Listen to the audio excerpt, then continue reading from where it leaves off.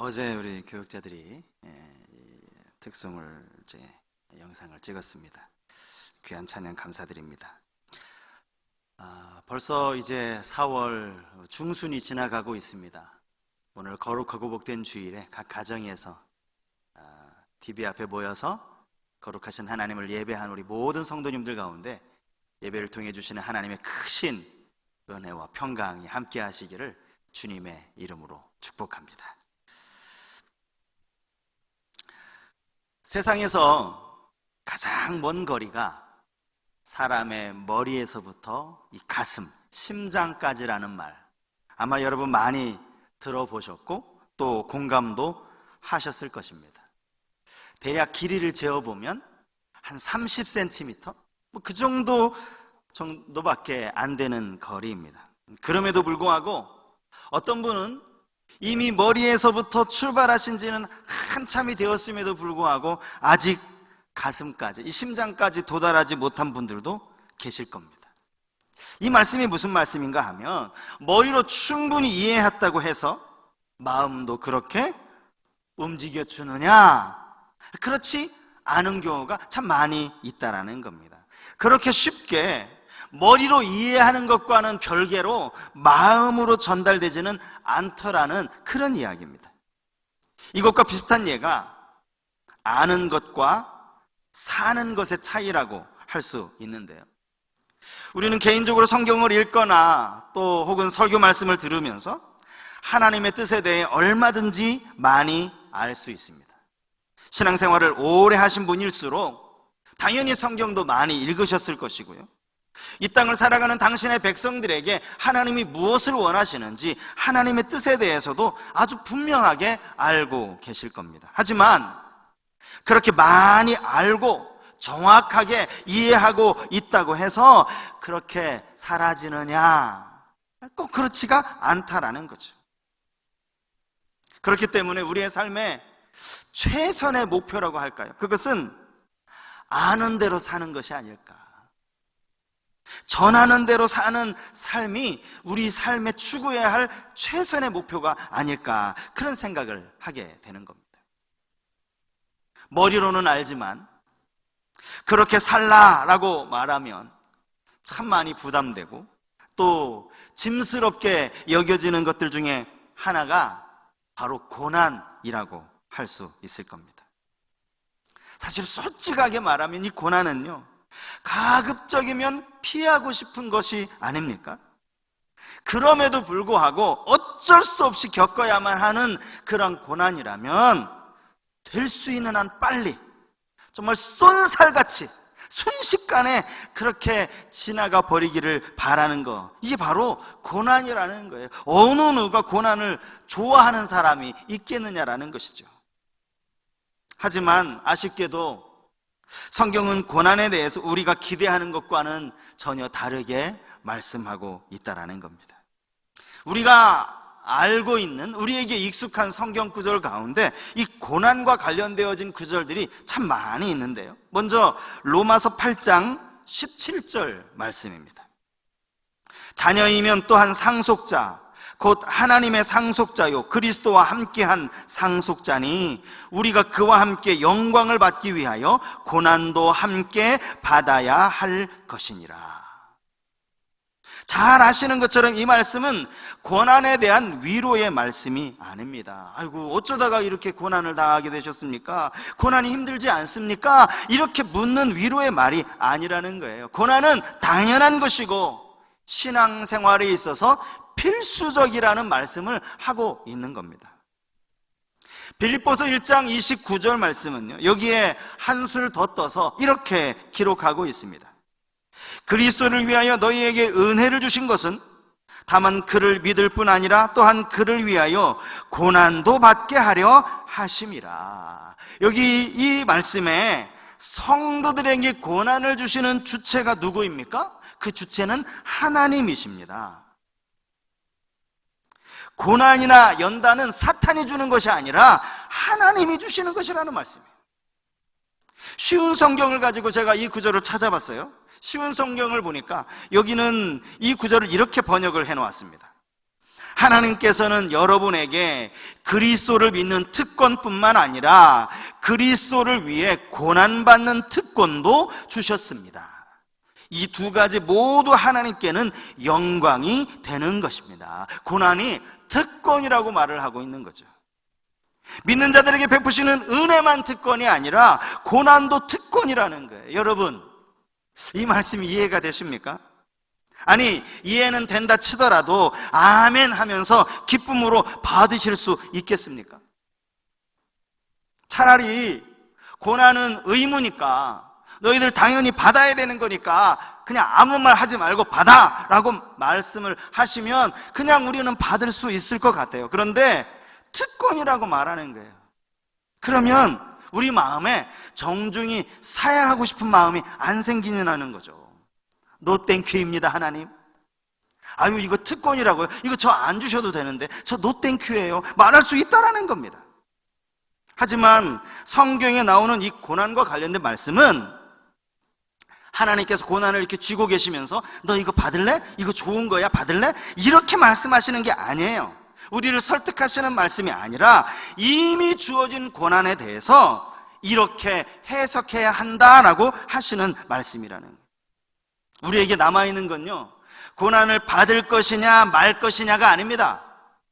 우리에게 이미 주어진 이 고난을 어떠한 마음가짐으로 받을 것이냐, 이게 우리에게 주어진 사명이고 문제라는 겁니다.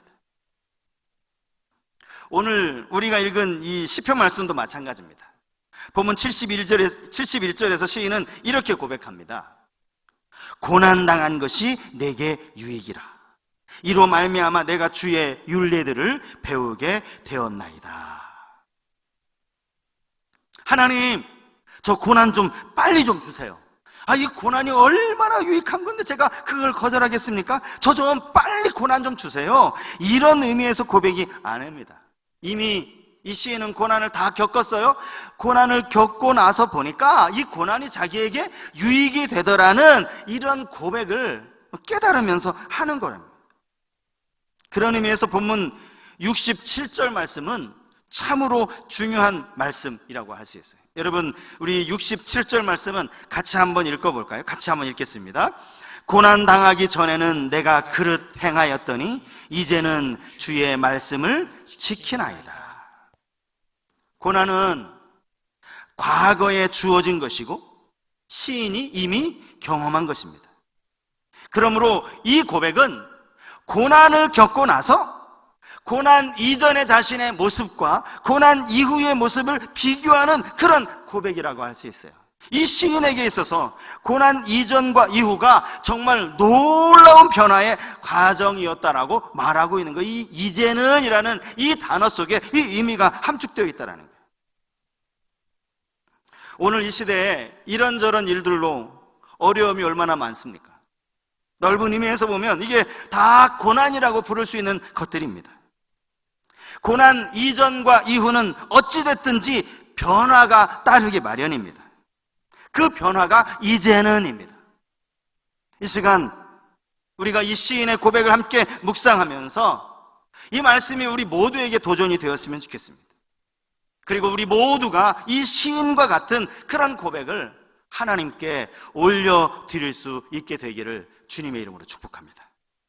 그러면 고난 이후의 고백이라고 할 수 있는 이 이제는 이라는 이 단어가 가지고 있는 의미가 뭔가 저는 세 가지로 생각을 해봤는데요. 첫 번째, 이제는 이 단어의 의미, 그것은 진정한 회개에 이르렀다는 의미입니다. 진정한 회개. 자, 67절에서 시인이 하는 고백이 무엇입니까? 고난 당하기 이전에는 내가 그릇 행하였다라는 겁니다. 오늘 본문에서 이 그릇 행하다라는 이 말은 실수하다, 죄를 범하다라는 의미를 가진 단어인데요. 그런데 그렇다고 시인이 여기서 죄를 범했다는 것이 막 하나님께 하나님을 대적한다든지 죄 짓는 일에 막 주도적으로 나섰다라는 그런 의미가 아닙니다. 그것보다는 오히려 잘못된 길을 걸어가고 있으면서도 그것을 대수롭지 않게 생각했다는 그런 의미라는 겁니다. 회개라는 말, 사실 듣는 사람에 따라서 상당히 기분 나쁜 단어일 수가 있어요. 회개라는 단어가. 왜냐하면 회개라는 이 말 속에는 당신이 죄인입니다라는 이 말이 담겨 있기 때문입니다. 교회만 안 다녔지 나름 양심에 따라서 부끄럽지 않게 그렇게 살아왔다라고 자부하는 사람에게 회개하십시오 이런 말을 하면요, 기분 나빠합니다. 내가 회개할 게 뭐가 있냐고, 내가 무슨 죄인이냐고, 그렇게 기분 나쁘게 듣는다는 거예요. 어쩌면 성도들도 마찬가지인지 모르겠어요.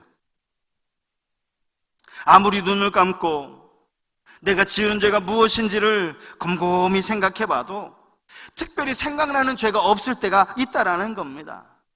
적극적이고 주도적인 죄만을 생각하기 때문이죠. 하지만 소극적인 것도 죄가 될 수 있다라는 거예요. 성도로서 마땅히 살아가야 하는 삶을 그대로 순종하며 살지 못한 것, 이것도 죄라는 거예요. 한번 생각해 보십시오. 오늘 본문에 등장하는 이 시인이 자기 자신을 돌아보면서 하나님 내가 그릇 행하였습니다 라고 이 말하는 게 뭐 이 시인이 무슨 커다란 죄를 지어서가 아니라는 겁니다. 한 주간 이웃을 사랑하라는 말씀을 알고 있음에도 불구하고 사랑하지 못했을 수 있습니다. 육신의 생각은 하나님과 원수가 되느니라 라는 것을 우리가 알고 있으면서도 여전히 육신적인 생각에 얽매여서 한 주간을 살아왔을 수도 있는 거예요. 형제를 미워하는 자마다 살인하는 자라고 우리는 이 말씀 너무나 잘 알고 있잖아요. 그럼에도 불구하고 불쑥불쑥 미워하는 마음이 내 안에서 올라왔고 그런 마음들을 내 스스로 통제하지 못했을 수도 있습니다. 이런 모든 것들이 다 죄라는 말씀이에요. 시인은 고난을 당하는 과정에서 자신이 얼마나 그릇되게 살아왔는지를 깨닫게 되었습니다. 그리고 진정한 회개에 이르게 되었다는 사실입니다. 팡세라고 하는 고전으로도 우리에게 잘 알려져 있고 또 프랑스의 아주 천재 수학자로 우리가 알고 있는 이 파스칼, 그가 원래 무신론자였다라고 합니다. 그런데 그가 병에 걸리면서부터 친구의 권유로 성경책을 읽게 되었대요. 성경책을 읽으면서 그 성경을 통해서 하나님을 만났다고 합니다. 그가 드렸다는 기도 가운데 이런 기도, 아주 유명한 기도문이 있습니다. 당신은 내게 당신을 섬기라고 건강을 주셨건만 나는 그것을 세상을 위해 전부 다 써버렸습니다. 그러나 이제 당신은 나를 일깨워 주시려고 나에게 육신의 고통을 주셨습니다. 사실 그가 어떻게 아프게 됐는지 제가 그 글을 읽어보니까요, 어느 날 말을 타고 이제 다리를 건너는데 뭐에 놀랐는지 이 말이 깜짝 놀라면서 펄쩍 뛰는 거예요. 그래서 이 말에서 떨어지면서 동시에 다리 밑에까지 떨어진 겁니다. 그러면서 이제 이 파스칼이 아주 몇 개월 동안 꼼짝도 못할 만큼 그렇게 이제 고통을 당하면서 그렇게 몸이 많이 아팠다는 거예요. 사실 여러분, 이런 거는 일반적으로 생각을 해보면 야, 참 내가 재수가 없었다라고 말할 수 있는 부분 아닙니까? 야, 내 인생이 참 이렇게 왜 이렇게 꼬이나, 완전히 꼬여버렸다라고 스스로 화를 낼 수도 있는 그런 일입니다. 파스칼이 무슨 특별한 죄를 지었겠습니까? 그게 아니라는 거예요. 그는 생각지도 않은 육체의 이 고난을 통해서 그냥 한숨 쉬고 내 인생이 왜 그러나 그렇게 끝내버리는 것이 아니라 이 과정을 통해 자신을 돌아보는 기회로 삼았다는 거예요. 나 자신을 위해 성실하게 살아가는 것, 세상 사람들은 그거 뭐라고 하겠습니까? 참 성실한 사람이다라고 칭찬해 주겠지만 여러분, 이것이 하나님 앞에서는 죄가 될 수 있다는 사실을 기억하시기 바랍니다. 왜 그렇습니까? 그것은 우리를 창조하신 창조의 목적 때문입니다. 하나님을 영화롭게 하는 것과 영원토록 그분을 즐거워하는 것, 우리 이거 다 알잖아요. 사람의 제일 되는 목적, 이미 우리 공부했잖아요. 고린도전서 10장 31절 말씀은 우리에게 이렇게 교훈합니다. 그런즉 너희가 먹든지 마시든지 무엇을 하든지 다 하나님의 영광을 위하여 하라. 그러므로 하나님의 영광을 위해 하지 않는 모든 것 다 죄라는 거예요. 그것을 깨닫게 하시려고, 깨달을 뿐만 아니라 회개하게 하시려고 하나님이 고난을 주시기도 한다는 사실을 우리는 기억해야 됩니다. 고난은 우리 삶을 돌아보게 만듭니다. 내가 지난 시간 동안 내가 지었던 죄들을 생각나게 만드는 도구입니다. 그래서 고난을 통해서 우리는 진정한 회개를 하나님 앞에 올려드리게 되는 것입니다. 고난을 하나님 앞에 회개하는 기회로 삼으실 수 있기를 바랍니다. 다시 한번 말씀드리지만 우리가 세상 사람들이 생각하는 그런 무슨 죄를 범해서가 아닙니다. 하나님의 자녀이면서 하나님의 영광을 위해 살지 못하였음을 회개하라는 거예요. 그래서 고난을 통해 우리의 신앙이 더 정결케 되어지는 것입니다. 이런 은혜가 우리 모두에게 있기를 축복합니다. 이제는이라고 하는 이 고백이 갖는 두 번째 의미가 있어요. 그것은 말씀에 더욱 집중하겠다라는 의미입니다. 오늘 우리가 읽은 이 시편 말씀을 통해서 우리 분명히 알 수 있는 게 하나가 있습니다. 그게 뭐냐면 이 시인이 고난 중에 있다라는 사실이에요. 우리가 읽은 이 본문에서만 고난이라는 단어가 2번 나오고요, 또 시편 119편 전반적으로 흐리는 이 배경이 바로 고난이라는 것을 알 수가 있습니다. 시편 119편 107절 말씀을 한번 볼까요? 나의 고난이 매우 심하오니 여호와여 주의 말씀대로 나를 살아나게 하소서. 이 시인의 고난이 이 작자미상의 시거든요. 정확하게 누가 이 시를 지었는지도 알 수 없어요. 그리고 그가 말하는 고난이 무엇이었는지도 정확하게 알 수는 없습니다. 그러나 분명한 것은 그가 자기의 고난이 지금 심하다라고 말하고 있다는 거죠. 또 시편 119편 92절에는 이렇게 고백합니다. 주의 법이 나의 즐거움이 되지 아니하였더라면 내가 내 고난 중에 멸망하였으리이다. 여러분, 이 고난이 얼마나 심하면 이 고난 때문에, 자기가 당하고 있는 이 고난 때문에 내가 멸망당할 정도라고 그렇게 이야기하고 있는 거예요. 여기서 중요한 게 있어요. 그가 이 고난을 대처하는 자세, 태도입니다. 그게 바로 말씀이었어요. 말씀. 시인은 고난을 통해 주의 율례들을 배우게 되었다라고 말합니다. 고난으로 인해 멸망을 당하는 것 같았지만 주의 법이 내게 즐거움이 되었다라고 그렇게 말하는 거예요. 여러분들은 고난을 당하실 때 그걸 이겨내기 위해서 보통 무슨 일을 하시는가요? 좀 실제적인 예를 들어서 이런 경우를 한번 생각해 보자고요. 요즘 이 코로나 때문에 실업, 실직 이런 일들이 계속해서 일어나고 있는데, 잘 다니던 직장에서 이제 회사가 어려워지니까 무급휴직이라는 통보를 받게 되었습니다. 아니면 회사의 매출이 계속해서 줄어들다 보니까 사정이 어려워지면서 해고 통지를 받게 되었다고 한번 생각해 보자고요. 상상을 한번 해보자고요. 이런 경우 여러분 어떻게 하시겠습니까? 아니, 회사가 나한테 이렇게 부당하게 대우할 수 있느냐고 막 찾아가서 사장을 붙들고 멱살을 잡든지, 아니면 제발 좀 우리 사정 좀 봐달라고 사정을 하든지, 그렇게 사장을 찾아갈 수도 있겠죠. 또 그게 아니라면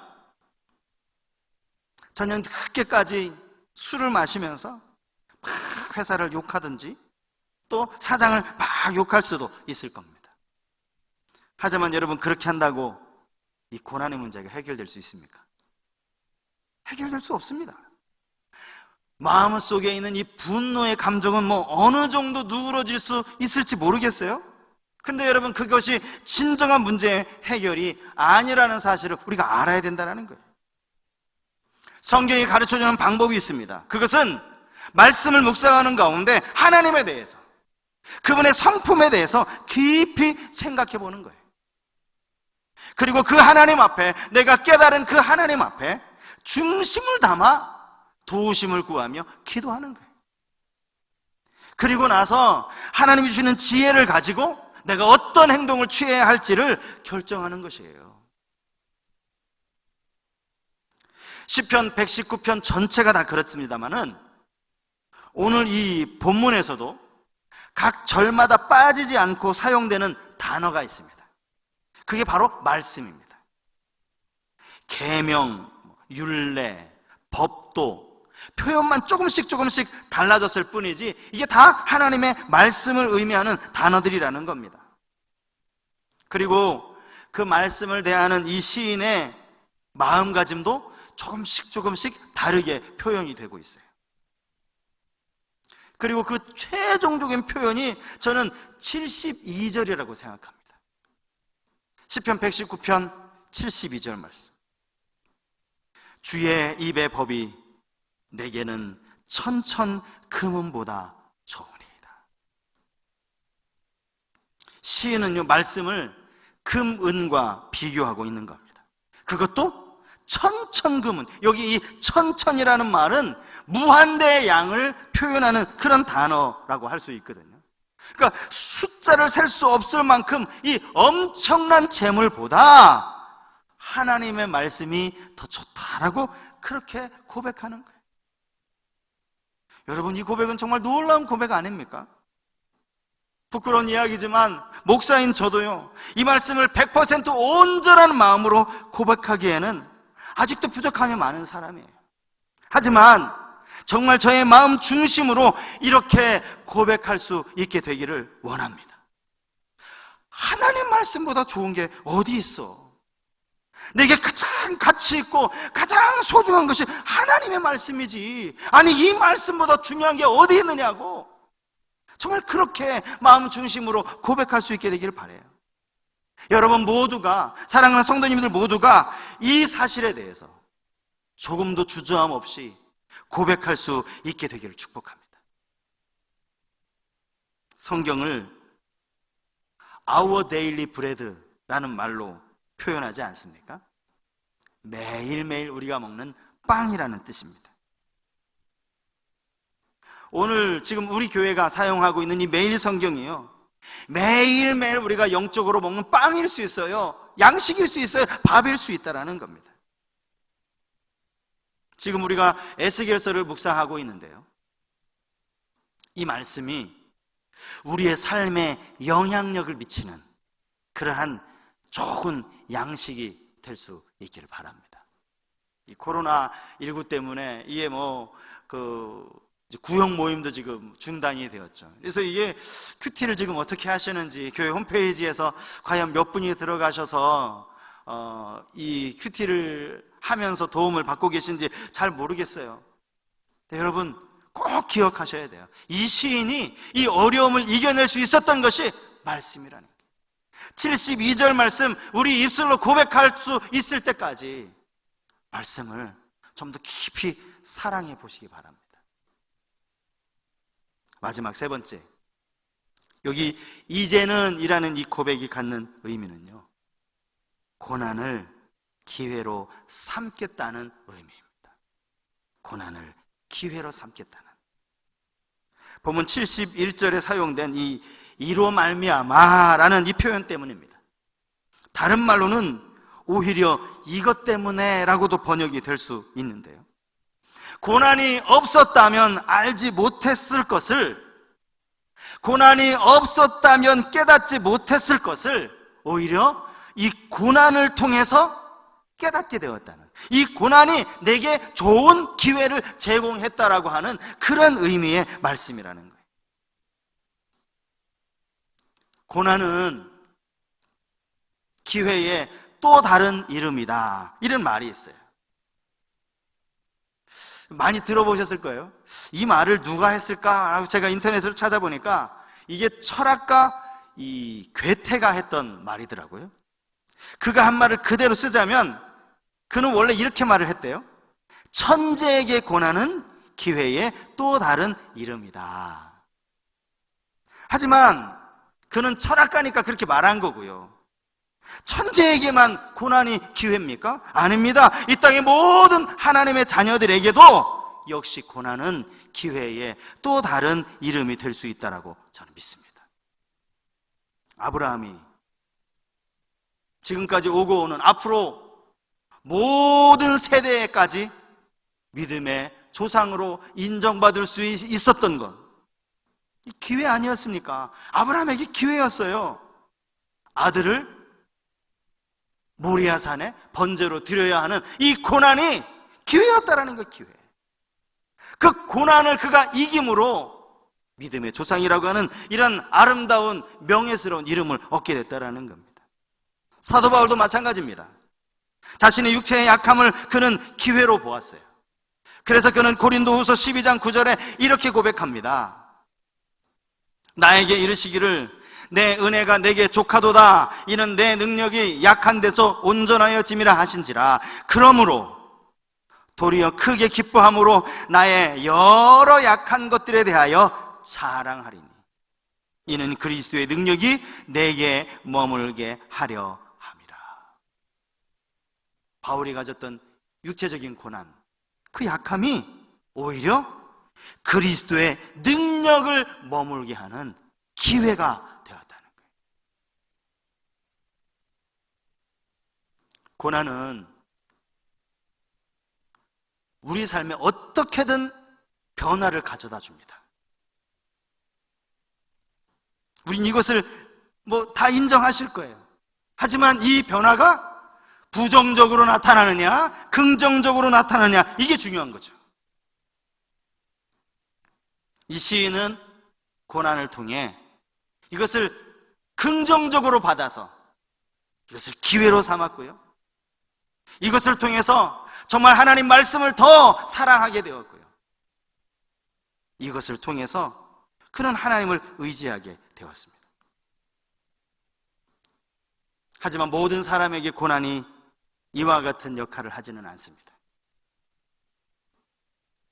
고난이 이 시인의 삶에 놀라운 변화를 가져다 주었고, 그 변화는 한마디로 말하면 영적인 성숙이라고 할 수 있는데, 모든 사람들에게 고난이 영적인 성숙으로 이어지지 않더라는 거예요. 어떤 사람은 고난이 자기를 성숙하게 만드는 것이 아니라 오히려 좌절하게 만들고, 주저앉게 만들고, 낙심하게 만들고, 포기하게 만드는, 그러므로 고난 자체가 문제가 아니라 고난을 대하는 태도가 문제입니다. 고난을 통해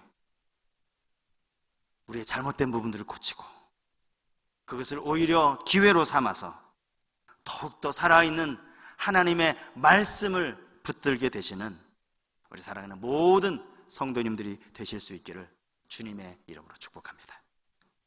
이 시간 말씀을 생각하면서 우리 함께 찬양하기 원하는데요. 아바 아버지, 아바 아버지.